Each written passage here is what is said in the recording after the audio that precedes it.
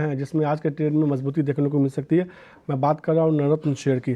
कल भी शरद दुबे हमारे साथ जुड़े हैं। शरद, कल भी आपने कई नवरत्न शेयर की बात की थी, टाटा पावर की बात की थी, आपने जील की बात की थी, और तमाम स्टॉक्स पर हमने देखा था काफ़ी मोमेंटम देखने को मिला था। मतलब वो नॉर्थ ऐसे शेयर थे जिसमें सबसे ज़्यादा एक्शन देखने को मिला था कल के ट्रेड में। आज के नॉर्थ क्या है आपके? जी, आज तो अर्निंग स्पेसिफिक रहेगा, लेकिन कुछ स्मॉल कैप्स है जहाँ पे बहुत कॉर्पोरेट एक्शंस हो रहे हैं। और यहाँ पे क्या होता है कि हम लोग जनरली अर्निंग सीजन पे ज़्यादा फोकस करते हैं, लेकिन ये छोटे कॉर्पोरेट एक्शंस भी ना बहुत चेंजेस लाते हैं और बहुत अल्फा जनरेट होता है। तो पहला स्टॉक बताता हूँ मैं कौन सा रहने वाला। ये है आपका यूनाइटेड स्पिरिट्स। तीसरा तिमाही का नतीजा स्ट्रॉन्ग आया है। जो उनके प्रीमियमाइजेशन ट्रेंड्स है उसमें तो अच्छी मूवमेंट आई है, लेकिन जो डबल डिजिट ग्रोथ है उनको वॉल्यूम्स में देखने मिला है इंपॉर्टेंटली। लेकिन जो मैनेजमेंट कमेंट्री आई है वो अभी भी वो कह रहे हैं कि वो जो है कॉशियसली ऑप्टिमिस्टिक रहने वाले ग्रोथ को लेके। तो एक टाइप से कह सकते हैं कि मैनेजमेंट की कमेंट्री थोड़ी सी मिली जुली ज़रूर आई है। क्यूपिड की बात करें, नंबर्स तो लार्जली थोड़े इनलाइन टू वीक थे, लेकिन इंपॉर्टेंट बात है कि दो इंपॉर्टेंट कॉर्पोरेट एक्शन हुए हैं। पहला, शेयर स्प्लिट हुआ है। अगर आप एक शेयर होल्ड करते तो आपको 10 शेयर्स मिलेंगे। उसके बाद उस शेयर स्प्लिट के बाद एक 1:1 बोनस इशू भी हुआ है। इसका मतलब अगर आप एक शेयर रख रहे हैं तो कोइंसिडेंटली आपके पास अब 20 शेयर हो जाने वाले हैं अगर आप क्यूपिड के शेयर होल्डर हैं। रेलिगेयर एंटरप्राइजेज में भी एक पॉजिटिव जो है न्यूज़ फ्लो देखने मिली है।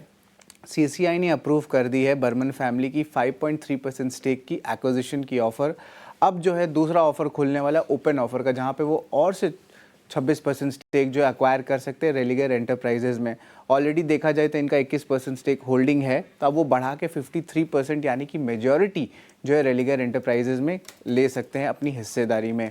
ग्रासिम भी फोकस में रहेगा। यहाँ पे उनकी राइट्स इशू के बारे में मैं बात करूंगा, जहाँ पे उनके जो प्रमोटर्स हैं उन्होंने लगभग 6 लाख राइट्स शेयर्स जो हैं ओपन मार्केट से खरीदारी की है। अब इसका इम्पैक्ट ये है कि जो प्रमोटर बाइंग से क्या होता है कि एक पॉजिटिव इम्पैक्ट देखने मिलता है इसमें कि वो राइट्स खरीदे जा रहे हैं। सोसाइटी जनरल ने भी जो है 1.36 लाख शेयर्स की जो है एक्विजिशन की इस राइट्स के ऊपर। अब बात करते हैं हैवेल्स के। कमज़ोर नतीजे आए हैं। सारे सेगमेंट्स की बात करें तो सारे सेगमेंट्स में अंडर परफॉर्म किए हैं और ऐड एक्सपेंसेस भी बढ़ा है, तो उसके कारण मार्जिन में जो है मार पड़ा है। उग्रो कैपिटल शानदार नतीजे आए हैं। तीसरे तिमाही के नतीजे में जो पैट है वो 2.5 गुना बढ़ा है। नेट इंटरेस्ट इनकम में भी अच्छी सुधार आई है और ओवरऑल जो AUM है वो लगभग 64% बढ़ा है और ऑलमोस्ट $1 बिलियन यानी कि लगभग 8,500 करोड़ तक का AUM पहली बार कंपनी ने टच किया है। सातवां स्टॉक रहेगा इंडस टावर्स। तीसरे तिमाही के नतीजे बहुत स्ट्रॉन्ग आए थे और जो कलेक्शंस है उसमें भी एक अच्छी इंप्रूवमेंट आई है और ये लगातार तीसरा क्वार्टर है जहाँ पे नेट टावर एडिशन, जो टावर लगाती है कंपनी, उस पर हमें इंप्रूवमेंट देखने मिला है। तो ऑफकोर्स इंडस टावर्स को भी फोकस में रखिएगा। हमने तो डिस्कस कर लिए 7 स्टॉक्स, अर्निंग्स पे थे, खबर पे थे। हमारा 8वां स्टॉक रहेगा big bold brokerage. And of course earnings का इम्पैक्ट जो है पिडलाइट का नतीजे बहुत स्ट्रॉन्ग आए थे तो JP मॉर्गन ने अपग्रेड कर दिया है। अब जो है अंडरवेट से बढ़ा के ओवरवेट कर दिया है और जो टारगेट प्राइस है उसको बढ़ा दिया है। पहले था 2350, अब हो गया है 2900 का। और EPS भी जो है अगले साल का लगभग 3% की बढ़ोतरी देखने मिली है। और आगे जाते हुए जो ग्रोथ ड्राइवर्स है रियल्टी सेगमेंट में वो जो है कंपनी के लिए ऑगर वेल करता है।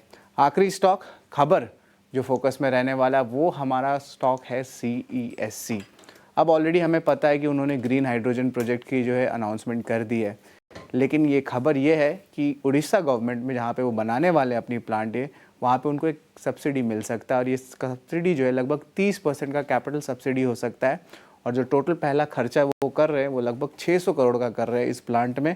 और याद रखिएगा कि ये एक एक्सटेंशन है, मतलब पहला पायलट प्रोजेक्ट के बाद ये और भी ज़्यादा प्लांट एडिशंस कर सकते हैं उड़ीसा में। और इम्पॉर्टेंटली यहाँ से प्लांट से जो हाइड्रोजन की जो डेरिवेटिव्स है वो आपका एशियन एक्सपोर्ट्स में जो है देखने मिलेगी। तो ऑफकोर्स एक सब्सिडी देखने को मिल सकती है इनके ग्रीन हाइड्रोजन प्रोजेक्ट को लेके। तो ये है CSC का खबर।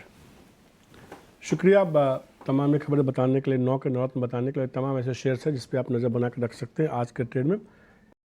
इतना स्वदेश के आप सोशल मीडिया पेज पे ही तमाम ये खबरें वापस से आप देख भी सकते हो और पूरी लिस्ट आप जो है नोट डाउन भी कर सकते हैं।